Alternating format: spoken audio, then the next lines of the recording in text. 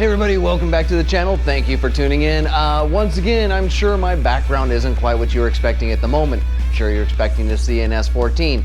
Don't worry, we will get there. Basically what happened is, for those of you that haven't seen my last few videos, I've had time to record videos, but my life got so busy I didn't have any time to edit.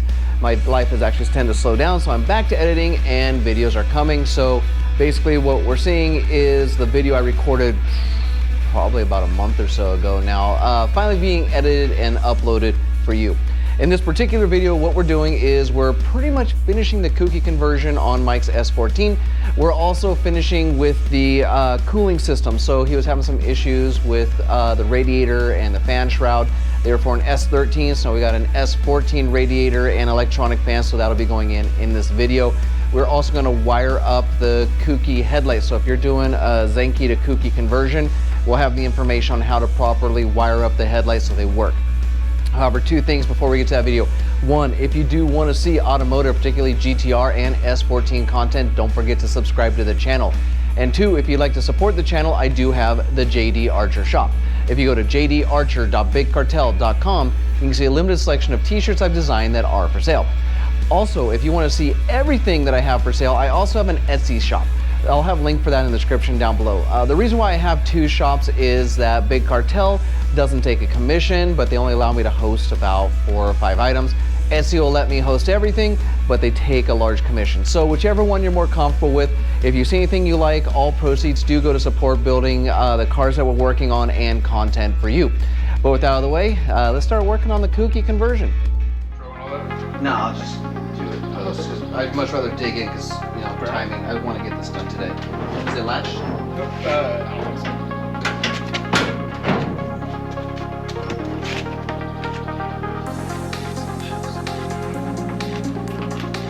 We try to get around it. Yeah. Could just catch on a couple of bits. I really hate to do this. I mean, these connectors are really, really nice. Unfortunately, we want to hook up to this plug, so it means I gotta cut them off, which is too bad. It looks like they're pinned, they're waterproof, but we just don't have the connectors for them. So in the future, when Mike decides to run this to the switch that he's now installed on his dash, we'll rewire this whole thing and probably get some nicer connectors. So a cool thing Mr. Moto did that I wasn't expecting is they kind of gave us this foam tape. My guess is to run along the edge of here to basically try and protect the radiator a little bit from the fans. So that's kind of cool. Wasn't expecting it, but since they gave it to us, definitely going to use it.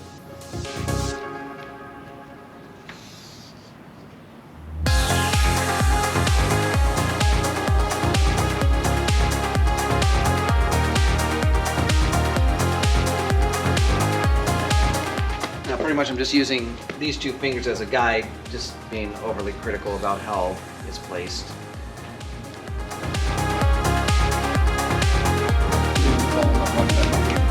Seriously?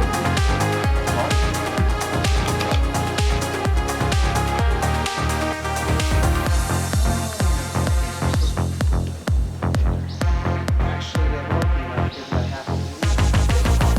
Yeah.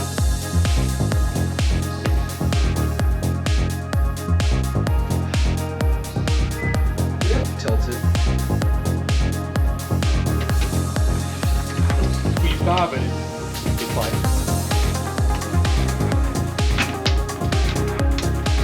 Leave it connected and turn that over.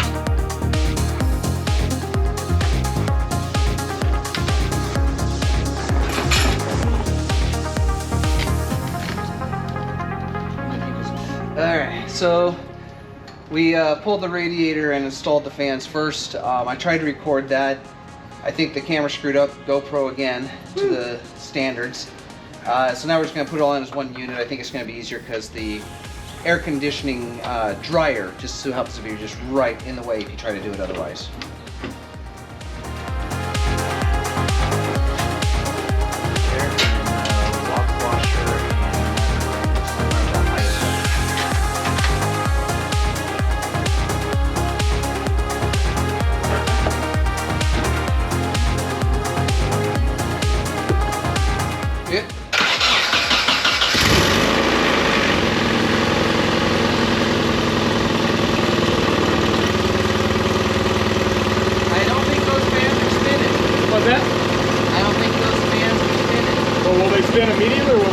temperature. It all depends on what the wire does. Well, we'll let it run for a minute and see what happens. Try turning on your AC.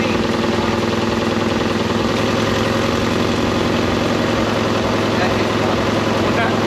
It came on?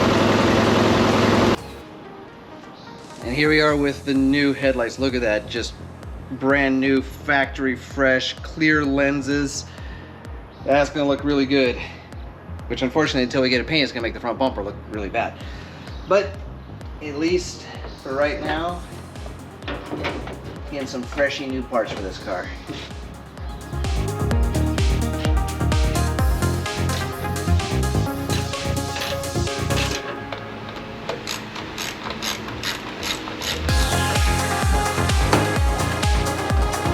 Alright, so yeah, go and install the bolt first, otherwise it's...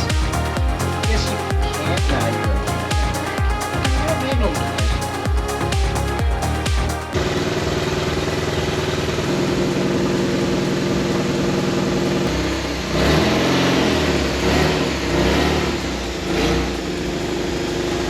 That makes sense. Basically,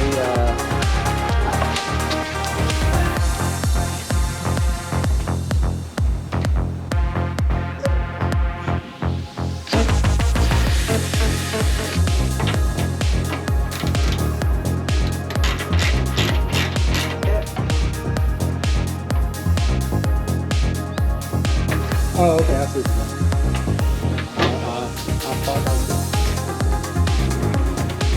so this part slides onto the fender. Mhm. This part slides through here, so it actually clips in two places. Oh, neat. Yeah, that's why I said, no, that's kind of smart. Yeah. Okay, so little update. GoPro's been giving me issues, like I can never tell if it's recording or not.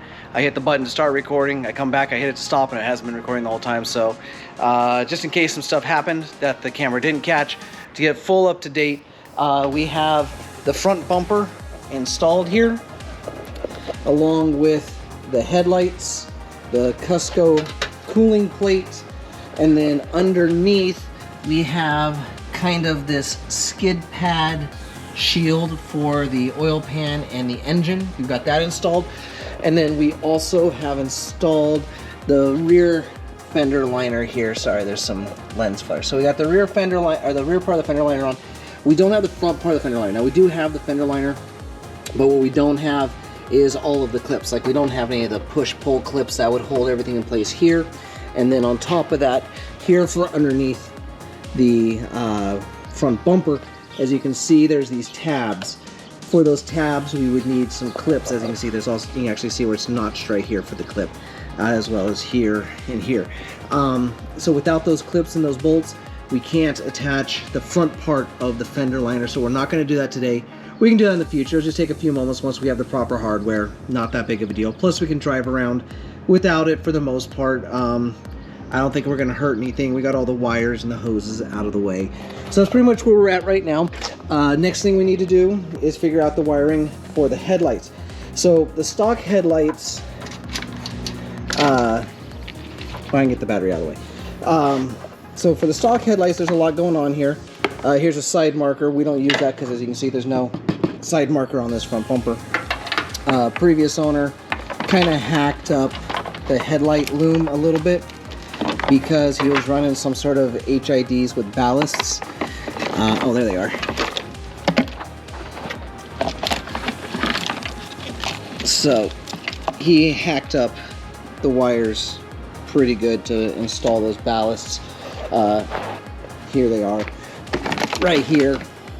So what we're gonna do is use a multimeter, try and figure out which wire powers what. And then here's the new loom for the D-Sport? D-Law? D-something, Eric Bottom headlights. So these aren't official Nissan headlights. They are aftermarket, but I think they look pretty darn good. It does come with brand new connector and wires.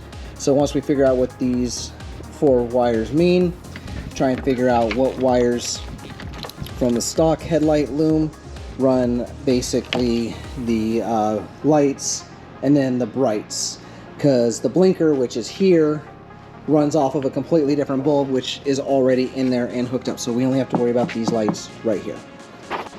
Alright, turn on the dim headlights. Headlights on? Got it. Okay. Which is which? The red and blue one here, that's Okay. our 12 volt line. Okay. And black is ground? Black is the ground. This line, we don't need it. I don't know what it does. Okay. It's another ground, I believe. Or it could be another hot. So for the regular headlights, at least as far as this goes, it looks like it is these two, the green and the yellow with green. Which one's live and which one's ground? Do you know? My guess would be, oof. I do not know. All right. Headlights on? Hard to tell because there's so much sunshine. Do it again? Oh, I think I see it on your face. Yeah, it's just very, very faint, but yeah, it's on. I mean, This one's not on. This one is on. well, because the other one's the high beam. We're gonna have to wire the high beam Oh, separate. that's right. Yeah. Okay, then yeah. That seems to be working. So green is ground and done. Okay. All right, go ahead and splice them in. Where's the compass?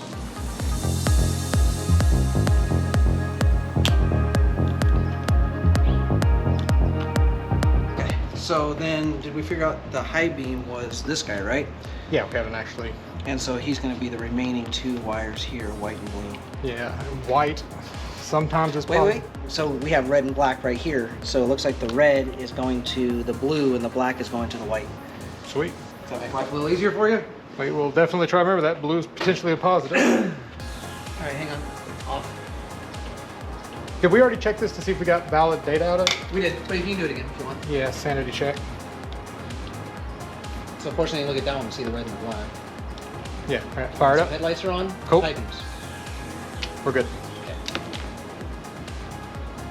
All right, All right, so headlights on. on, High beams on. on. There we go.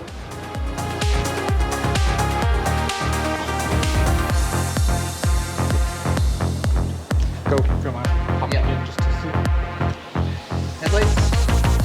High beams. Good. I'll go to the high beams. What's that? I'll go to the high beams. Oh yeah. They seem pretty bright. It's hard to tell. Okay, so if you're going to be doing a Zenki to Kouki conversion, the way your light's going to work is this. Now we're using a harness from Wire Specialties. So here is the wiring from the actual headlight. This blue and black go to the regular beams. Blue is hot, black is ground.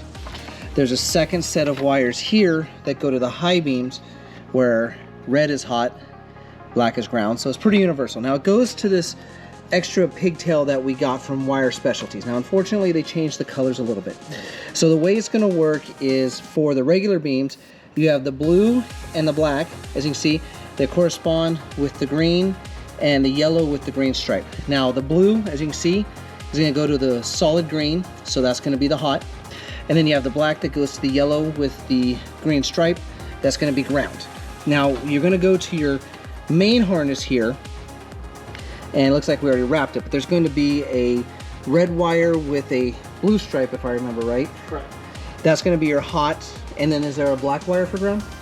Yes. So that's how you're going to wire up your main headlights, your low beams. Now your high beams, as you can see, are going to come up here. There, like I said, it's going to go to white, which is going to be your ground, and blue is going to be your hot. Now there is actually a specific high beam plug, so it's separate from the main plug here, and that one's really easy because it's got red is hot, black is ground. So that's pretty easy. You know, you match up red to red, black to black. In this case, like I said, you got the pigtail, so it's going to be red to blue and it's going to be black to white, and that's how you wire up some Kouki headlights to an original Zenki car. So I hope that helps you if you're trying to figure out your wiring.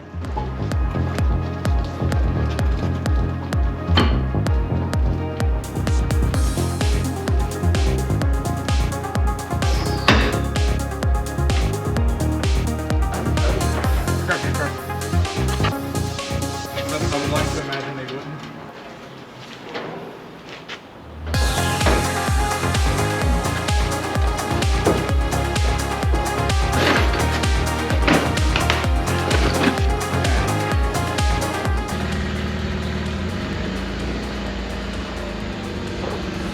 Finally moving after how many months?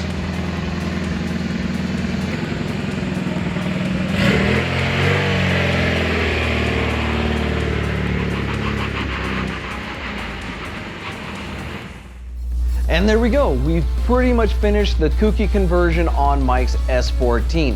I think it looks really good. There's still a few things we need to do. I know that I might get a little bit of hate for this because there's kind of that movement right now, save the Zankies. Sorry, I'm not part of that movement. It might get me some hate. I like the Kouki front end, more aggressive. I like the headlights, less roundy. And honestly, it looks less like a Camry and more like an import tuner car. So that's just my personal opinion. There were a few things though that didn't make the video. There were a few issues that we're still need to address. We might do it in a video, we might do it off. First thing being is that if you notice, we didn't install the front part of the fender liners. Mike just didn't have the clips. We'll just need to stop by Nissan and get some of those clips. Real easy fix.